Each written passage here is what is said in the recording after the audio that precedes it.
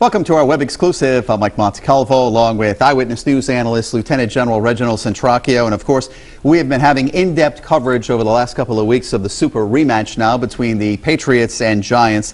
And it's a lot of fun to talk about, football, and the Patriots obviously going for another title, General. But I think somebody like on your end and people running security, this is a major headache when you're talking about hundreds of thousands of people coming into the city, because it's not just the people in the stadium. There are a lot of people who just come to the city just to look what happens outside.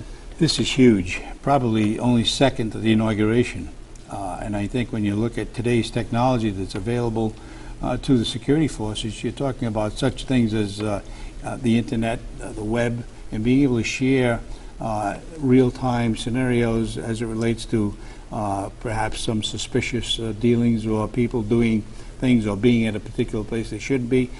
So your internal security is sharing this video not only within the stadium, within the force within the stadium, but certainly outside the stadium to cruisers and other external security considerations. So this is huge. Now, we've learned there will be about 1,000 local police officers inside the stadium, and they'll be using smartphones, and that's something that they're using really for the first time. I think really for the first time, because there's an interface with the smartphone and the video capability within the cruisers and other systems throughout the entire stadium. And external to the stadium too. So you have a pretty far-reaching web that you can insert information into and share it with the entire force at any particular time. Certainly relatively new to this kind of security, but I think the technology that we're using has never been used before, especially by police officers who need to know, understand, and learn something pretty quick with how they use a smartphone, how they get into the net, and share the appropriate information with the right people. When did the planning start for all of this? I'm sure it just didn't start, a couple of weeks ago. I think it probably started when they had a good shot at knowing that Indianapolis was going to be the site, and therefore then you launch a preliminary what-if kind of approach to it, looking at an all-hazards approach. Terrorism today, unfortunately, has to be part of all the planning, in addition to a natural disaster, such as a snowstorm, a blizzard. And as we speak, there'd been a problem at the stadium too, where they had to evacuate part of the area where the wind was so significant it was rattling the sides of the enclosure. So that had to be part of the plan too. So beyond natural disasters, you enter into preparation for, unfortunately, man-made disasters such as terrorism. And and they're looking at this and saying they're not looking at it as a terrorist attack, but they're looking at, let's say, dirty bombs and something as simple as pickpocketers, people looking to assault somebody else, prostitutes. Those are the things actually they're really centering on. I think they've always been there, unfortunately, but I think today you look at it in a different perspective because it could be tied into something more significant. So when you're looking at maybe they're trying to focus the efforts of the security plan to one area, something else could be going on elsewhere, and trying to divert the attention of the security personnel. So it's a far-reaching, multifaceted plan, and it's really amazing to look at the kind of assets that are going into it. And they're also looking underground too. There has been a problem in the past with exploding manhole covers because of the electricity and power that's underneath the ground, and that's something exactly. I know they've taken a close look at. Yeah, when I read the security plan for the stadium and external to the stadium too, the streets around the stadium, they have devised a system where they have replaced every one of those sewer caps, if you will, with a device that's lockable. And should there be an explosion, even caused by gas as there was last year or the year before, they're only allowed to come up, say, 6 inches above the ground instead of being able to become airborne and become pretty hazardous at that. So money goes into the physical aspects of preparing for security too. You talked about it, ranks just below a national security event like the inauguration, a presidential visit, or, the visit by the Pope in New York, I remember a couple of years ago, what that entailed. What are we talking about the outskirts of? We're not just talking about around the stadium and neighborhoods around the stadium. Even airspace is going to be watched too, correct? That's right. Airspace has a consideration. I think the only time you'll see any aircraft in the area is maybe an authorized blimp, and certainly a flyover if they have that. Otherwise, any other air traffic would be prohibited and what they refer to as a no-fly zone. So all of that, the ground transportation, different kinds of vehicles will only be allowed so close.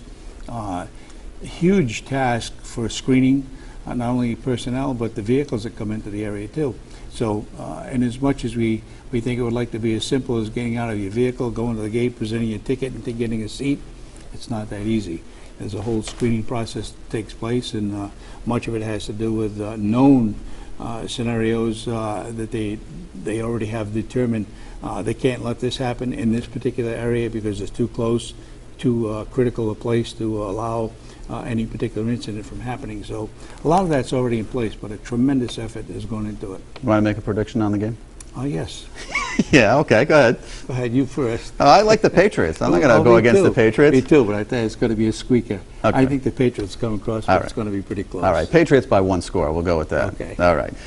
Let's move on. Well, before we talk about the state of the state address, I think we need to talk about Governor Gary. And we talked about the governor last week and your close relationship with him. You were telling me earlier that it took over 3 hours just to go through the line at his wake. But, you know, we carried the funeral live on WPRI.com and on WPRI 12 yesterday. And the thing that kept being brought up between the bishop and Father Tyone and everyone else who was speaking was his integrity. And that really comes into question with political leaders around the country today. It is, and I think in his case, that was the foundation that he was able to build on. And when you look at his so many years in public service, and yet coming out of the other end of that without creating any enemies, so to speak, political enemies, it's almost impossible not to have people who don't like you. In his particular case, if they didn't like something he did, that's different than not liking him. And I think that was true no matter who had what to say about him, not only during the funeral, but the kind of comments that were made by John Q. public that was waiting in line. He was just a genuinely good guy, and who remembered accordingly. And if you look back, you know, he was a Democrat, and back in those days he was considered a liberal Democrat. I think if it was today, he'd be a conservative Democrat, and he became close friends with Governor Kachiri, a very conservative Republican. So it goes to show that he, you know, crossed party lines. You know, I think we discussed this last week, where if there was any one governor that I've served with, Governor Gary, he was the individual I think was closest to being fiscally conservative in a time when it wasn't so popular to be so. He was always concerned about how much money his agencies were spending, what the budget was going to be able to support, and I think that really was somewhat of a departure from the Democratic approach to let's tax and find a way to spend it versus let's find out what we're going to spend it before we go ask for more. You know, coincidence, obviously, we bury Governor Gary on the day that Governor Chafee delivers his State of the State address. And, you know, the economy, I mean, you know, the unemployment rate now is over 10%. When Governor Gary, he was in office, unemployment was skyrocketing, too. The economy, but we haven't really learned our lessons from the 1980s to today and the spending and the wasteful spending. Yeah, and if you look at how we try to solve it as a nation, looking at spending more public money to try to build jobs into the public sector has shown us from time to time, and certainly more so now than ever, that you cannot recover using public money by creating public jobs. It's got to be money that's spent in support of creating an environment for private industry to be able to flourish and cause the economy to increase. And I think Gary, he knew that. Well, Governor Chafee last night talked about assets, budget, and corruption, his ABCs, that we need to be fiscally conservative. One of the things that he touted was the tourism industry, and no one would ever argue that Rhode Island's tourism industry is so important, the beautiful waters that we have here in Rhode Island. But on the flip side of that, he's looking to put an additional tax on restaurants, and that really was not brought up, but that kind of plays into the whole tourism thing. Now you're talking about possibly a 10% tax to go out for a meal. Overall, yes, because there's already one in place. And when you talk to the average restaurant owner, not only the meal costs and the taxes that go on that, but there are other obvious expenses that they need to consider as far as taxation is concerned, you know, licensing, permitting, and so on and so forth, which is a tremendous burden to any small business. But when you look at tourism, which really draws people to the state, and then when they're here, they need to obviously use our economy to eat. When they look at a 10% tax on a meal, that could in fact be somewhat of a dissuading factor for them to even come here to begin with. Did you want to hear him say we're not increasing any taxes? Because he also talked about expanding tax for non-essential goods and services too. Cigarettes actually was brought up as well. I would have loved to hear him say we need to look at the structure of the state, how we're spending the money, whether in fact we need the kind of structure that we have. Not to mention, obviously having 39,000 cities and regionalizing that, but looking at the state agencies themselves. Do we need all of that? And can we in fact look at a different approach as to how the state supports its residents? I didn't hear anything about that. I didn't hear the word restructure at all, unless I missed it. But what I did hear was to support the towns and cities, and that would prevent them from having to raise property taxes.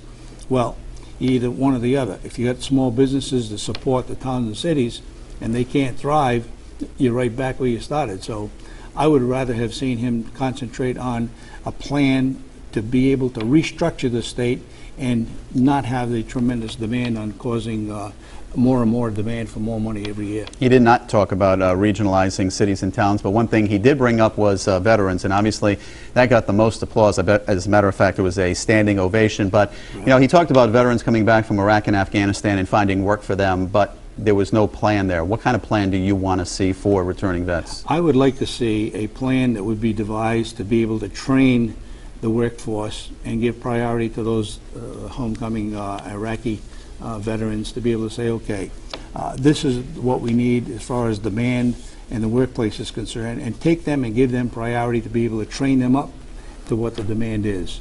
I think that would go a long way and be able to give them somewhat of a step forward and being able to be at least competitive with those that already have that skill that maybe are not interested in the particular jobs that are coming up. In addition to that, when he talked about taking care of our veterans, we need to be more concerned about how we treat them in reference to the Bristol home as an example. That needs to be better funded, and we need to put money into it. We need to expand it, and we need to make sure that they're staffed properly. And right now, that is a continuing problem. Okay, quickly, we're running out of time, General. Hillary Clinton urging the UN to act on Syria. Yeah. What is she looking for? Since that announcement, there have been something like 32 more people that were killed earlier today. She's looking for the United Nations to find a ways and means to have Assad step down. And I think if they put political pressure on him as far as any kind of sanctions are concerned, meaningful sanctions that would impact him being able to stay in power, that's what she's looking for. And finally, we have to mention Colonel Gologly is retiring. They have his replacement already? Yeah, Colonel Farouk, and he'll be replacing him. The change of command is this weekend. Larry Gologly is a fine commander. He's done a tremendous job at Quonset. Brought the C-130s for the first time into combat. Rhode Island was the first state to bring the C-130 stretch model into battle, and he was at the helm.